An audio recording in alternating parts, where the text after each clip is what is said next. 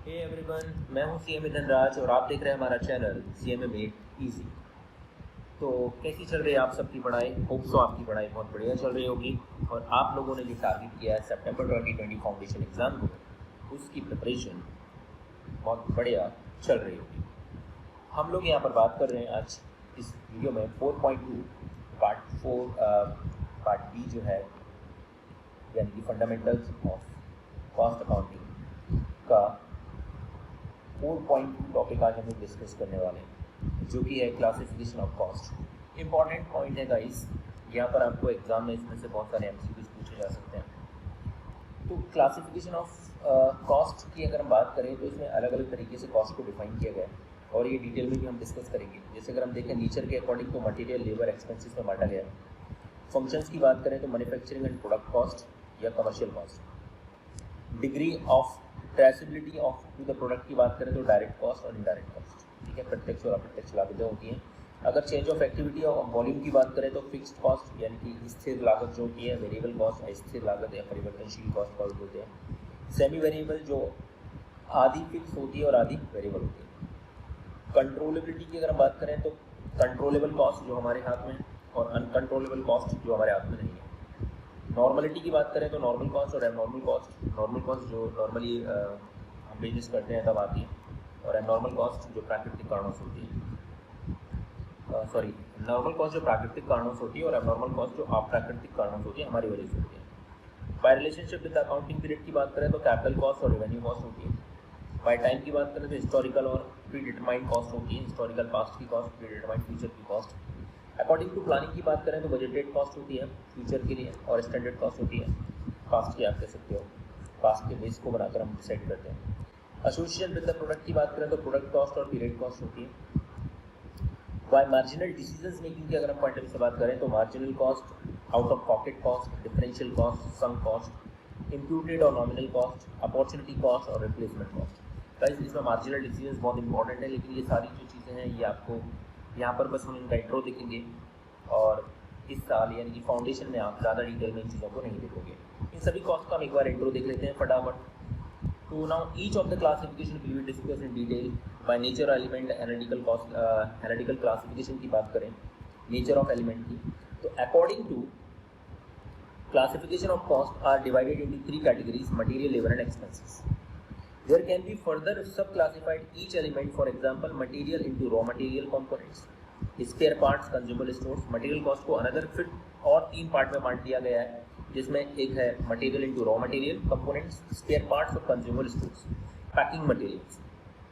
This classification is important as it has to find out the total cost, how such total cost is contributed and valuations of work in progress. By function की बात करें तो function classification के according जो हमने यहाँ पर discuss किया है, फंक्शन के अकॉर्डिंग, कार्य के according, according to the classification of cost are divided into the light of different aspect of basic management activities involve in the operations of the business undertaking. It leads to grouping of cost according to the board divisions of functions of business undertaking: production, administration, selling and distributions. According to this classification, costs are divided as follows: manufacturing and product cost. Manufacturing cost में बांटा गया यानी कि उत्पादन की लागत. This is the total cost involved in manufacturing, construction and fabrications of the unit of production. Manufacturing cost यानी उत्पादन लागत. कमर्शियल कॉस्ट क्या होती है गाइस? बाय फंक्शन के अकॉर्डिंग पहला है मैन्युफैक्चरिंग कॉस्ट, दूसरा क्या है कमर्शियल कॉस्ट. कमर्शियल कॉस्ट क्या होती है? This is the total cost incurred in the operations of the business. किसी भी ऑपरेशंस ऑफ द बिजनेस को करने में जो टोटल कॉस्ट आती है undertaking other than the cost of manufacturing, यानी कि इसको छोड़ने के बाद मैन्युफैक्चरिंग कॉस्ट को छोड़ दो तो बाकी जो कॉस्ट बचेगी वो क्या होगी? Commercial cost. And productions, manufacturing and productions. Commercial cost में भी फर्दर सब डिवाइडेड इनटू एडमिनिस्ट्रेटिव कॉस्ट, जैसे एडमिनिस्ट्रेशन का जो खर्चा होता है, ऑफिस एक्सपेंसेस वगैरह, and selling and distribution cost, जो वितरण का यानी विक्रय और वितरण का जो खर्चा आता है. These terms will be explained in subsequent chapter, जो कि हम आगे हम डिटेल में पढ़ेंगे. By degree of traceability of the product, direct and indirect. Direct cost जो मैन्युफैक्चरिंग से जुड़ा है, इनडायरेक्ट जो सेल से जुड़ा होता है generally. According to the classification of total cost divided into the direct cost and indirect cost. Direct costs are those which are incurred for and may be conveniently identified with the particular cost center of cost unit.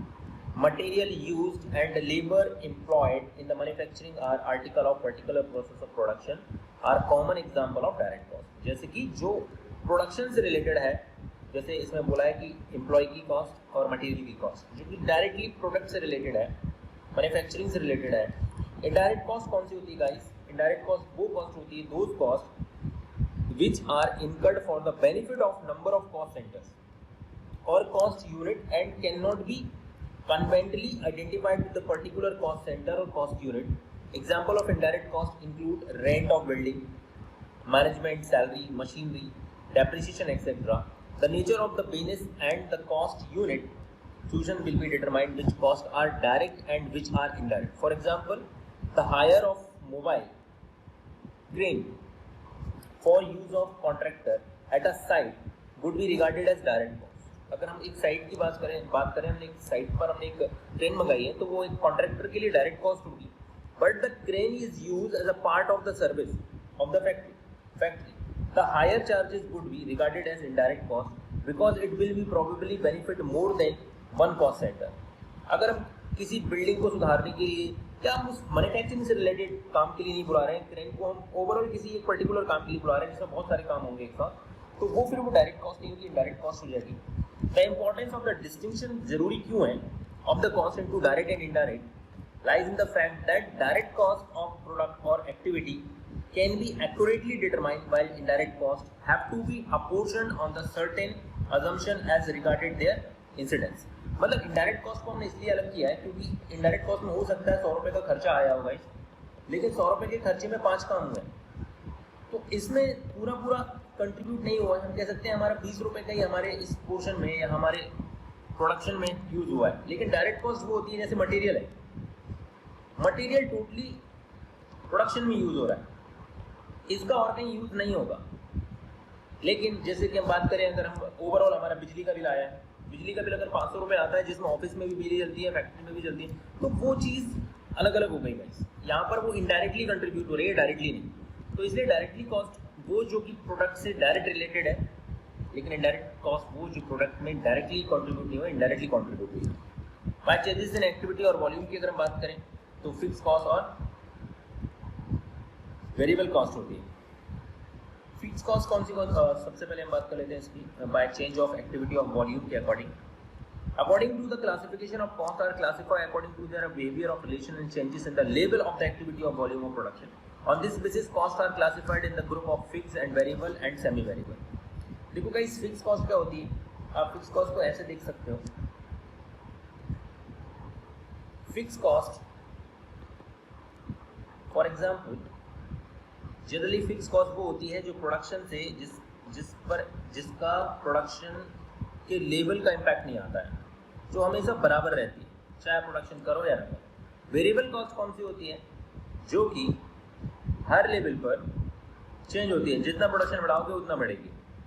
Semi variable क्या होती है guys? Semi variable cost उस cost को कहते हैं जो कि कुछ हद तक फिक्स्ड है लेकिन इसके बाद बढ़ जाएगी और फिर फिक्स रहेगी फिर बढ़ जाएगी.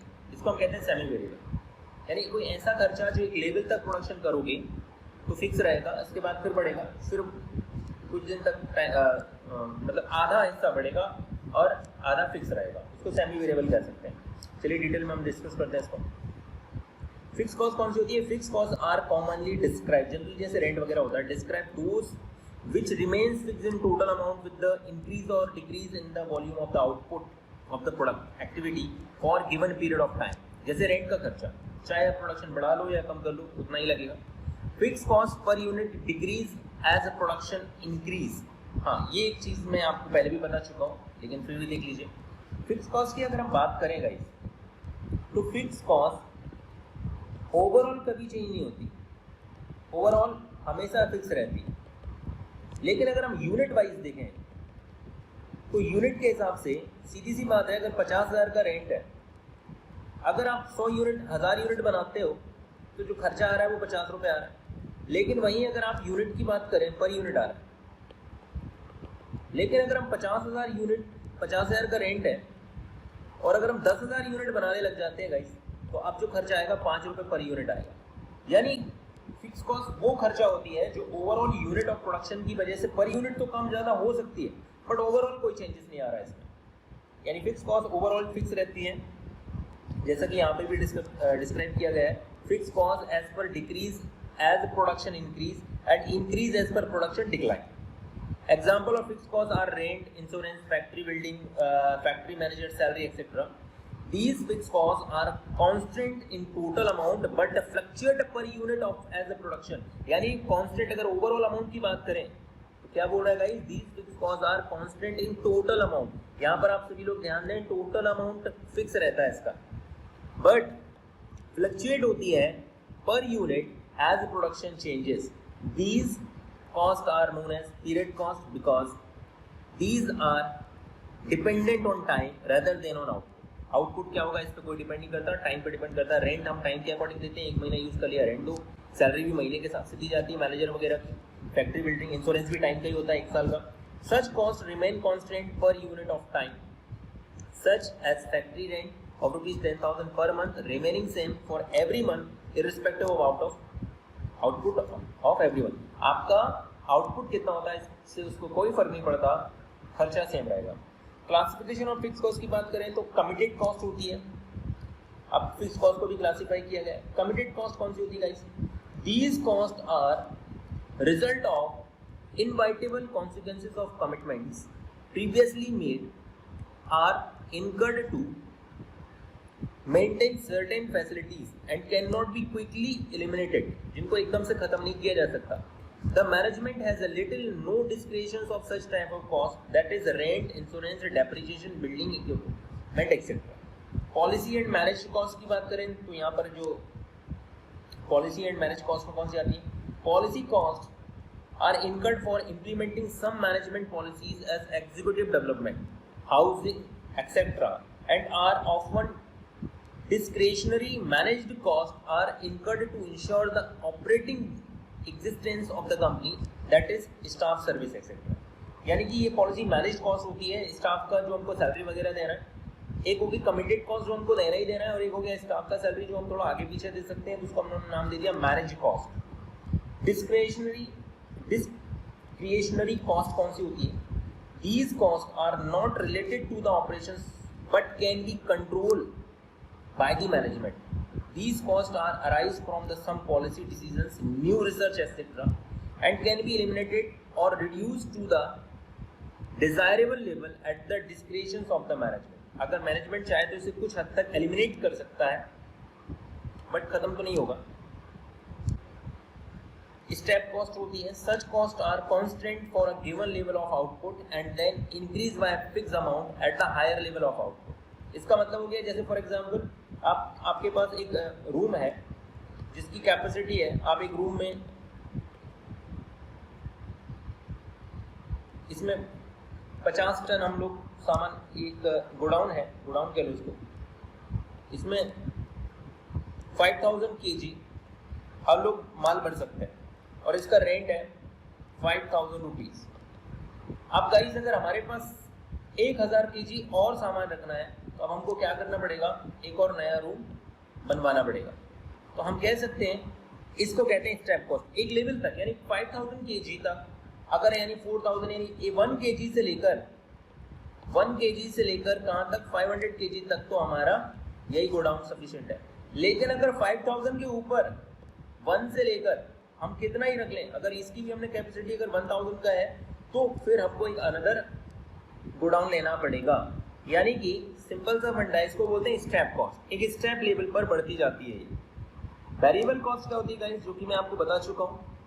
जनरली रॉ मटेरियल कॉस्ट जो पर यूनिट कांस्टेंट रहती है बट ओवरऑल चेंज होती है। इसका और इसका फर्क देखिए guys, variable cost per unit same रहेगी। अगर हम वेरिएबल कॉस्ट की बात करें तो ये पर यूनिट ऑलवेज क्या रहेगी, फिक्स रहेगी। ये पर यूनिट फिक्स रहेगी और ओवरऑल क्या हो जाएगी, चेंज होगी। इसीलिए इसको वेरिएबल कॉस्ट के डिसीजन मेकिंग में हमेशा वेरिएबल कॉस्ट को बहुत इंपॉर्टेंस दिया जाता है।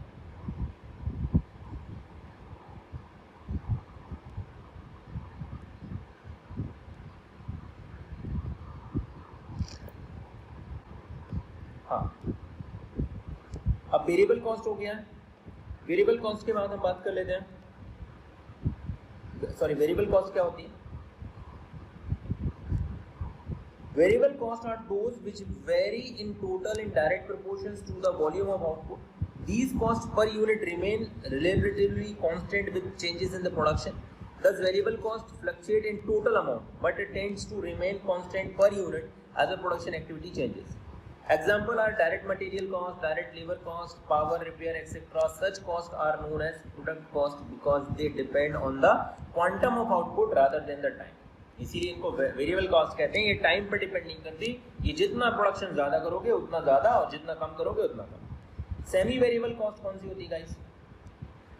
Semi variable cost are those which are partly fixed and partly variable, जो ना तो फिक्स है टोटली और जो ना ही वेरिएबल है गाइस। यानी कि जो आधा वेरिएबल कह सकते हैं और आधा इसको क्या कह सकते हैं हम?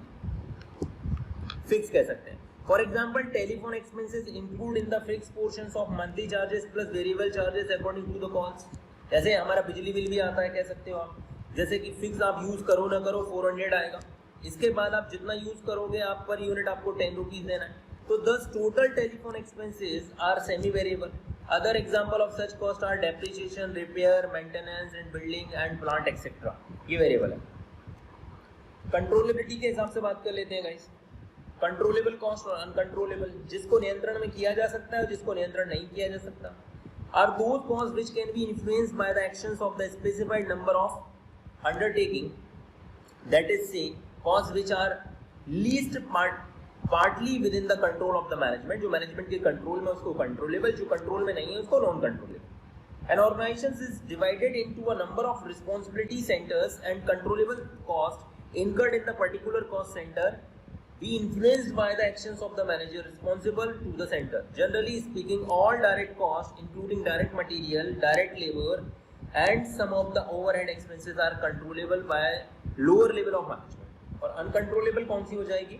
Uncontrollable costs are those which cannot be influenced by the actions of the specified number of undertaking, that is to say which are not within the control of the management. Most of the fixed costs are uncontrollable.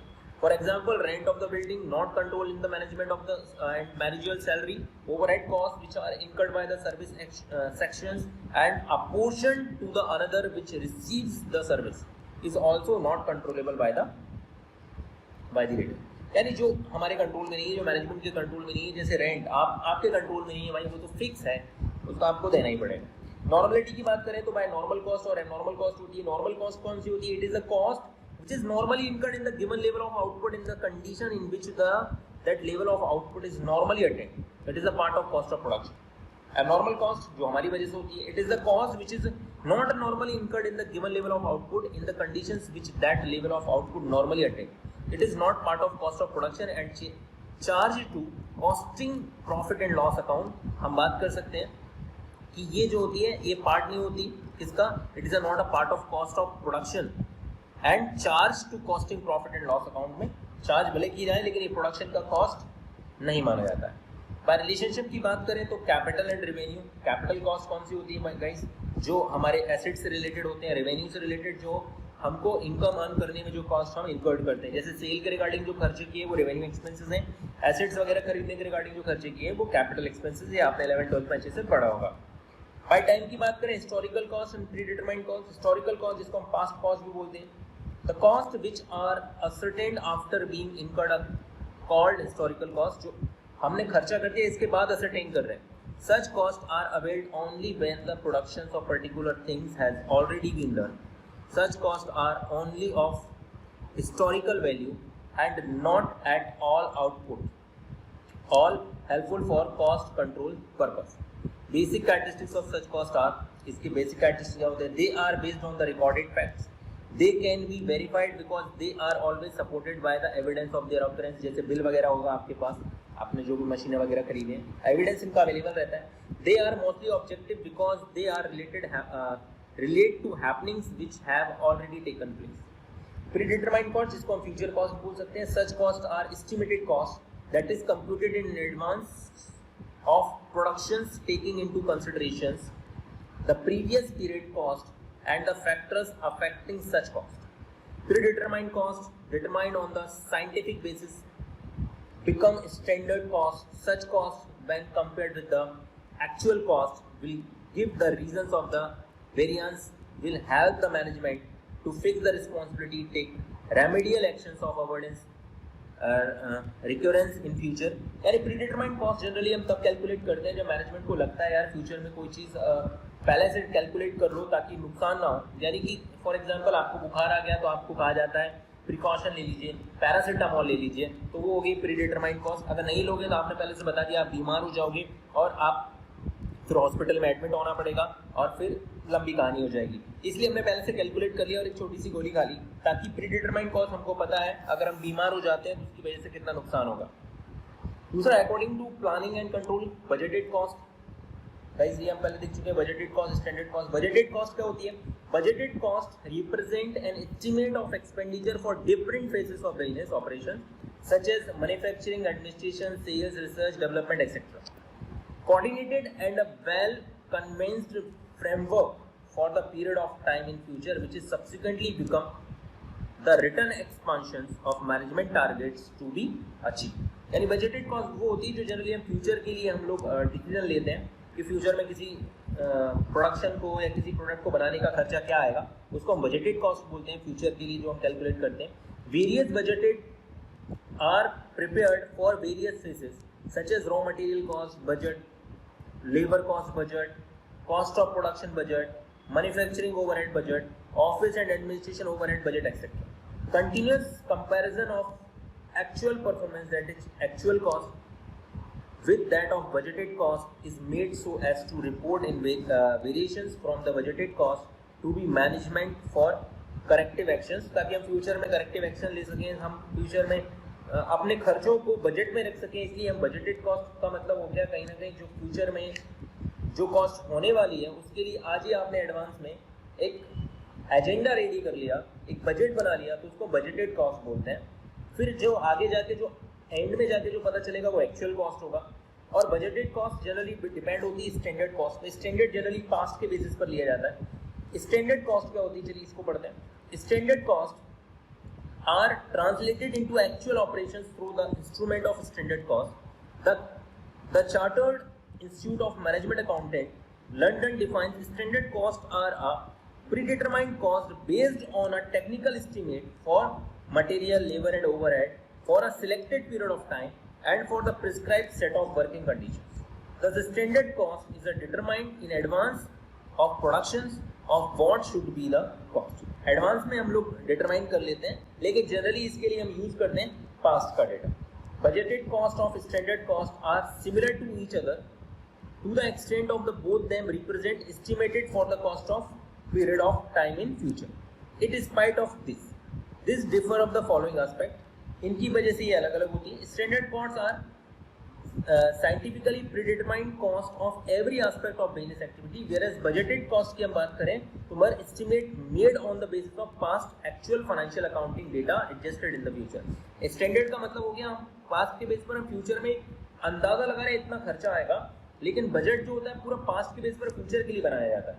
Trends, thus budgeted cost are projections of financial accounts whereas standard cost are projection of cost accountant. यानी budgeted cost जो होती है वो financial account का projection होती है future का, जबकि स्टैंडर्ड कॉस्ट अकाउंटिंग का प्रोजेक्शन होती है। They primarily emphasis on budgeted cost on the planning functions management, where is the main thrust of standard cost on control because the standard cost by emphasis what should be the cost. Standard cost इसलिए निकाली जाती है ताकि भविष्य में इसका actually cost कितना होगा किसी प्रोडक्ट का। अगर हम बात करें by association with the product की बात करें तो प्रोडक्ट कॉस्ट और पीरियड कॉस्ट। प्रोडक्ट कॉस्ट क्या होती है? Are those cost which are traceable to the product and are included in the inventory value. अगर हम जिसकी बात करें इसको इन्वेंट्री वैल्यू में वैल्यूएशन में इंक्लूड किया जाता है। Product cost are inventoriable cost and the become basis for product pricing and cost plus contract. They comprises direct material, direct labor and manufacturing overhead. In case of manufacturing concerns, these are used for valuation of inventory and are shown in the balance sheet till they are sold, because such costs provide income of or benefit only after sale the product cost goods sold is transferred to the cost of goods sold account. जो goods sold account में transfer होती है cost, उसको हम product cost बोलते हैं, उत्पाद की लागत. पीरियड कॉस्ट क्या होती है? समय से संबंधित. Are incurred on the basis of time such as rent, salary, ये पीरियड कॉस्ट होगी जो टाइम से रिलेटेड थी. प्रोडक्ट कॉस्ट जिसमें लेबर, मटेरियल और डायरेक्ट कॉस्ट जो भी थी. These may relate to the administrative with the productions of the necessary generate revenue but cannot assign a product.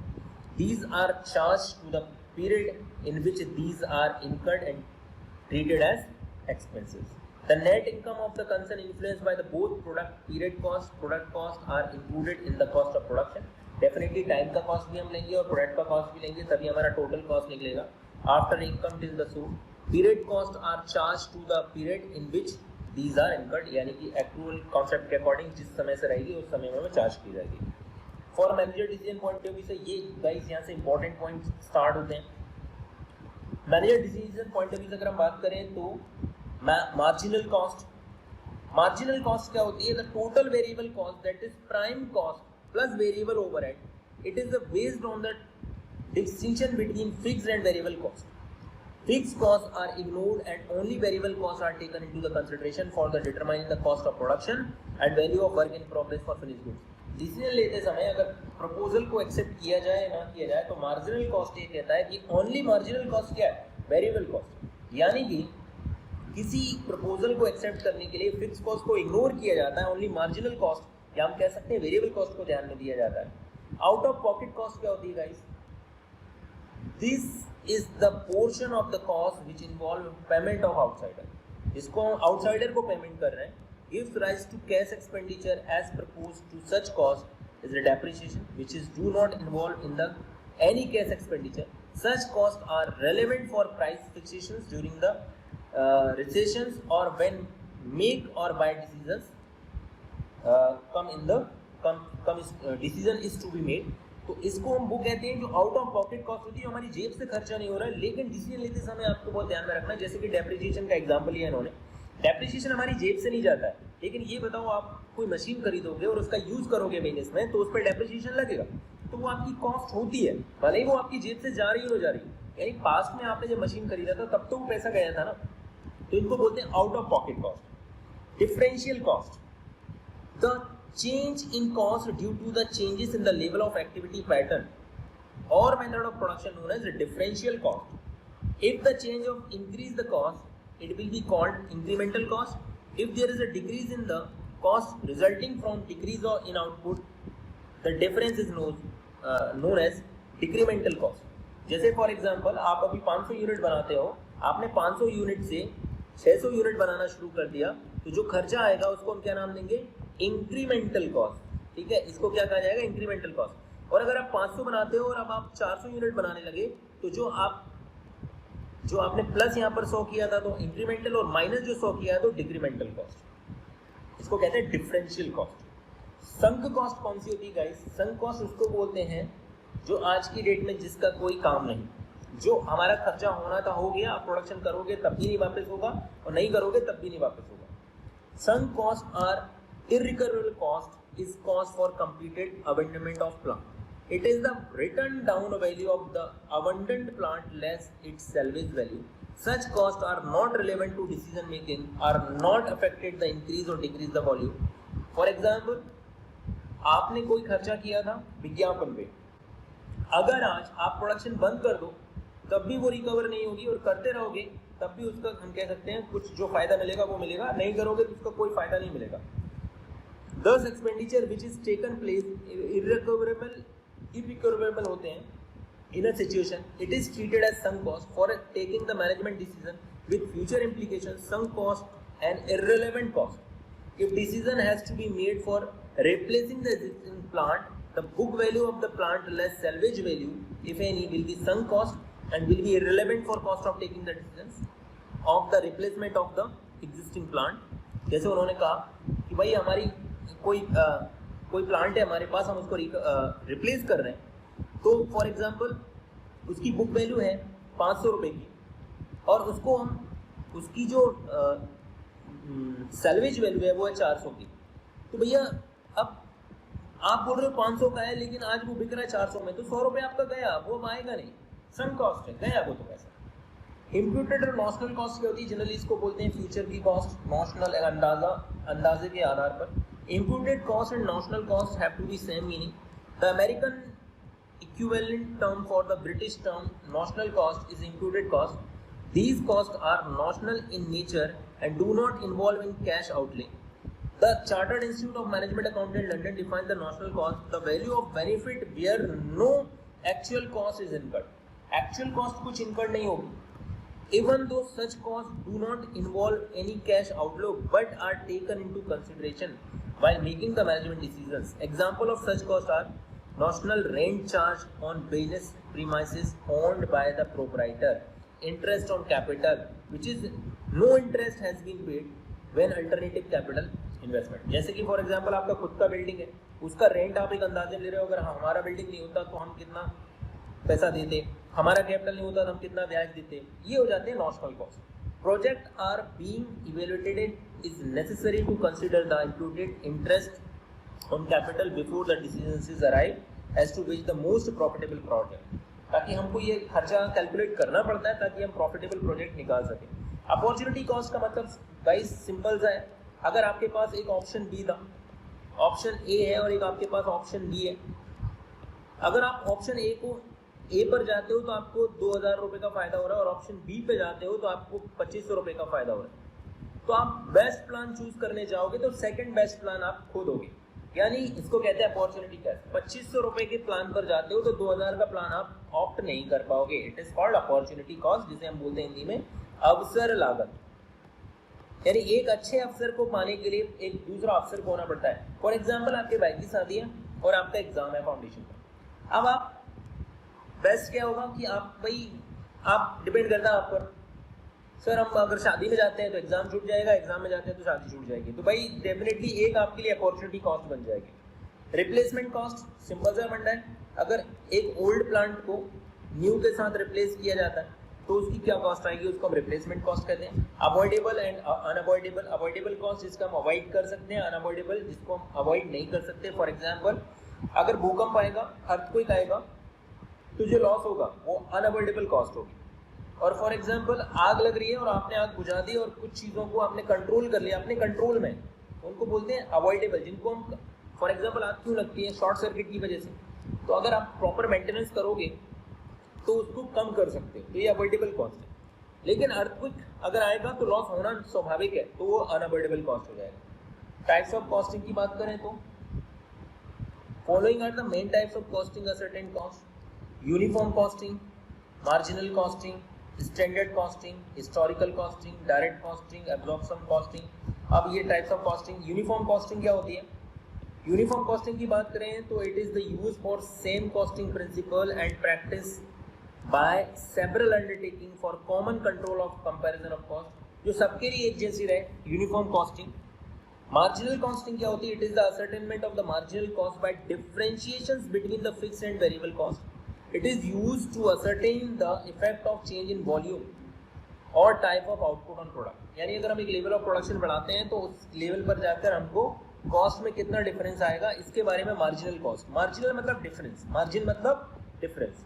Standard cost क्या होता है, जो कि हम लास्ट में डिस्कस कर चुके हैं सब चीज़ें. A comparison is made of the actual cost with the pre arranged standard and the cost of any deviation called variance is analyse. यानी हमने सोचा था, मैंने जिसको बोला था, हमने जो सोचा वर्सेस एक्चुअल, अगर इसको हम देखा जाए तो इसको हम क्या कहते हैं, वेरिएंस कहते हैं. ये वेरिएंस पॉजिटिव और नेगेटिव दोनों हो सकते हैं. Causes the permits the management to investigate the reasons for these variance and to take suitable corrective actions. Historical cost जो पास्ट की है, डायरेक्ट कॉस्टिंग जो डायरेक्टली प्रोडक्ट से रिलेटेड है, एब्जॉर्प्शन कॉस्टिंग आपके लिए एक नया वर्ड होगा. It is the practice of charging all cost both variable and fixed provisions, process और product. These differs from marginal costing where fixed cost are excluded. ठीक है, तो इसमें हम कह सकते हैं ये प्रोसेस और प्रोडक्ट से रिलेटेड होती है और this differs from marginal costing where fixed cost are excluded. यानी एब्जॉर्प्शन कॉस्टिंग में फिक्स्ड कॉस्ट को इंक्लूड करते हैं जो कि मार्जिनल कॉस्ट में एक्सक्लूड कर देते हैं. तो गाइस अभी इस वीडियो में फिलहाल के लिए इतना ही। अगली क्लास में हम बात करेंगे कॉस्टिंग मेथड एंड टेक्निक की, जो कि नेक्स्ट क्लास में हम बात करेंगे। फिलहाल में आज हमने देखा कि कितने टाइप्स की कॉस्ट होती हैं। काफ़ी बड़ा टॉपिक था गाइस, क्लासिफिकेशन ऑफ कॉस्ट, जिसको आप एक बार और रीड करेंगे और अपनी ऑन लैंग्वेज में लिखने की कोशिश करिएगा। कीवर्ड्स आपको थोड़ा समझने हैं इनके, और मिलते हैं तब तक अगली क्लास में। तब तक के लिए आपको ये वीडियो कैसा लगा गाइस ये ज़रूर बताइएगा, और इसके लिए कमेंट बॉक्स में कमेंट करके बताइएगा। मैं कोशिश कर रहा हूँ कि थोड़ा आपको एक जनरल थ्योरी में अंडरस्टैंडेबिलिटी हम फिट कर सकें, और रीडिंग के लिए आपको एक मटेरियल मिल सके कि किस तरीके से रीड करना है, और एग्ज़ाम के लिए आपको प्रिपेयर होना है। तो आज के इस वीडियो में इतना ही, मिलते हैं अगली वीडियो में। तब तक के लिए घर पे रहिए, सेफ रहिए और पढ़ते रहिए।